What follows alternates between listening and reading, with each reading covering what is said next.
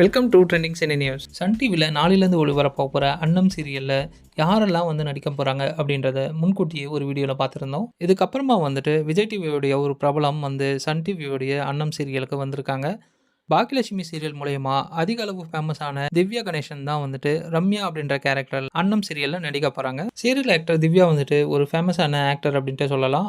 அவங்க serial project மட்டும் இல்லாமல் சினிமாலேயும் சில கேரக்டர்லாம் நடித்து வந்திருக்காங்க.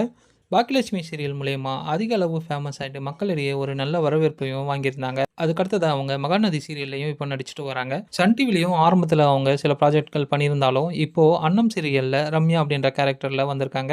இவங்க இந்த அன்னம் சீரியலில் கமிட் ஆனது இந்த அன்னம் சீரியலுக்கு கொஞ்சம் இன்னும் பலத்தை தரும் அப்படின்றதால இந்த அன்னம் சீரியலுடைய கதை மாறுபட்ட கதையாக இருக்குது அப்படின்றதாலையும் இதில் திவ்யா கணேசன் இருக்கிறதால இவங்களோட ஆக்டிங்னால இன்னும் இந்த சீரியல் சிறப்பாக அமையும் அப்படின்ட்டு எதிர்பார்க்கப்படுது.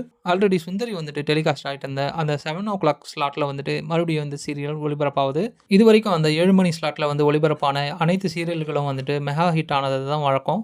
இப்போ புதுசாக ஒளிபரப்பாக போகிற அன்னம் சீரியலும் அதே 7 மணி ஸ்லாட்டில் ஒளிபரப்பாக போகிறதால அதுக்கான வாழ்த்துக்களை நம்ம சேனல் சார்பாக சொல்லிக்கிறேன். இதுக்கடுத்து தான் இந்த சீரியல் பற்றிய அடுத்த அப்டேட்டில் உங்களை சந்திக்கிறேன். நன்றி, வணக்கம்.